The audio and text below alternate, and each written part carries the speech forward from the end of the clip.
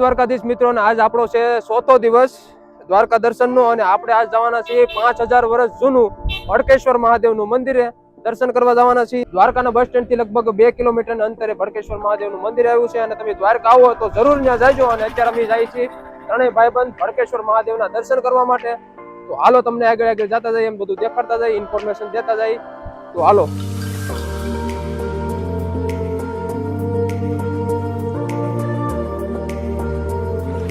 તો ભાઈ આપણે ભડકેશ્વર મહાદેવ જતા થાય એનો રસ્તો તો બીજો છે, પણ મેં કીધું એ દરિયા કાંઠે જ આવ્યું છે તો આપણે મેં કીધું ગોમતી ઘાટે સાથે સાથે આ દરિયા કિનારે કિનારે હાલે જાય તો આપણે ટ્રાય મારી છીએ.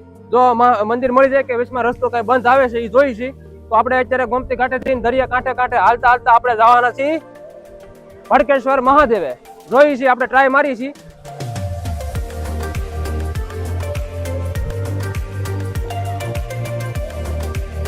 આપણે ગોમતી ઘાટ થી હાલી અને પછી વૈયા દરિયા કિનારે, અને દરિયા કિનારે થી આપણે હાલી અને જવાના છીએ ભડકેશ્વર મહાદેવ. એનો રસ્તો બીજો છે, પણ એ મહાદેવનું મંદિર દરિયા કાંઠે જ છે. તો મેં દરિયા કાંઠે કાંઠે હાલતા જઈએ, જોઈએ હવે આગળ રસ્તો બંધ હોય કે ચાલુ હોય, પણ હવે અમે દરિયા કાંઠે કાંઠે જ હાલીને જવાના છીએ. અને મસ્ત ઠંડો ઠંડો પવન આવે છે અને શું કહેવાય ખરેખર સુકૂન મળે છે. એટલે તમે બેસી જા અમે અડધી કલાક, એટલે કે ધીમે ધીમે જઈએ. કેમ છે ભાઈ તમારું શું કેવું? તો હું કહે પછી અમે દરિયા કિનારે આંટો મારતા મારતા હવે અમારો રૂટ આગળ ચાલુ થઈ ગયો છે, ધીમે ધીમે હાલવાનું. અને હવે પગવાના છે અમે ભડકેશ્વર મહાદેવના દર્શન કરવા માટે. ને હવે આવવાની છે દીવા દાંડી, જો પાછળ દેખાતી છે. તો હાલો.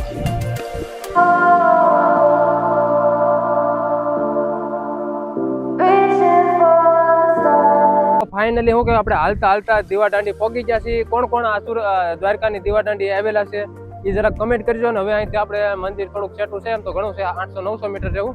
ત્યાં હાલીને જવાના છીએ. હવે જોઈશી રસ્તો મળી જાય કે નથી મળતો. અહીં દીવા દાંડી છે એટલે રસ્તો તો મળી જશે. બાકી હવે આપણે દરિયા કિનારે કિનારે જ હાલતા જવાના છીએ. હાલો.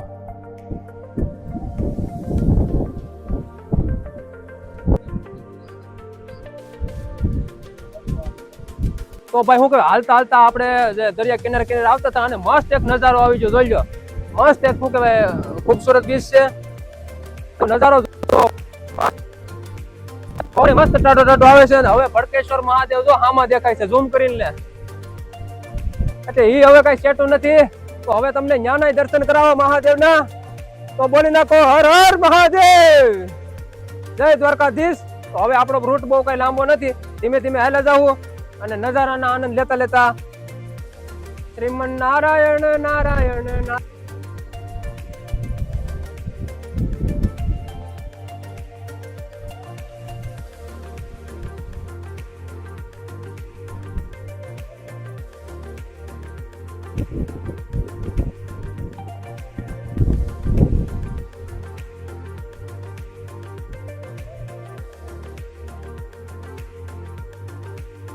કૂતરું મોજ કરે છે વોટર પાર્કમાં. હા છુલુલુ.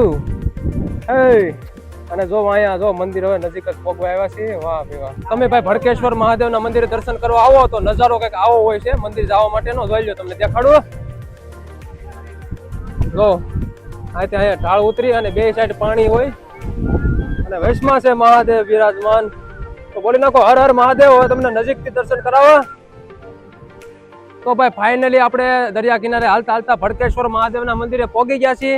અને બે સાઈડ દરિયાનો મસ્ત નજારો છે અને વચ્ચે છે મહાદેવનું મંદિર અને એ આવેલું છે પાછું દ્વારકાની અંદર.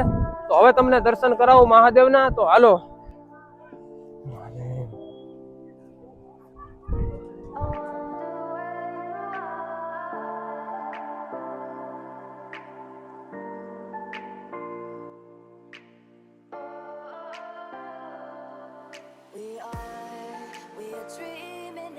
તો હર હર મહાદેવ. તો આપણે ફાઇનલી ભડકેશ્વર મહાદેવના દર્શન થઈ ગયા છે અને અમે દર્શન કરી લીધા. મારે તમને દર્શન કરવાના હતા, પણ અહીંયા મંદિરમાં કેમેરો લઈ જવા અલાઉડ નથી. પહેલા હતું એટલે હું એક વખત આવ્યો ત્યારે મેં દર્શન કર્યા હતા.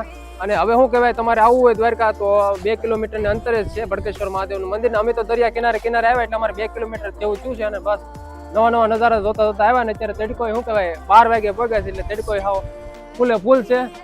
તો અહીંયા આપણો વ્લોગ સમાપ્ત થાય છે. હર હર મહાદેવ. બીજા વ્લોગમાં જોડાઈ રહેજો.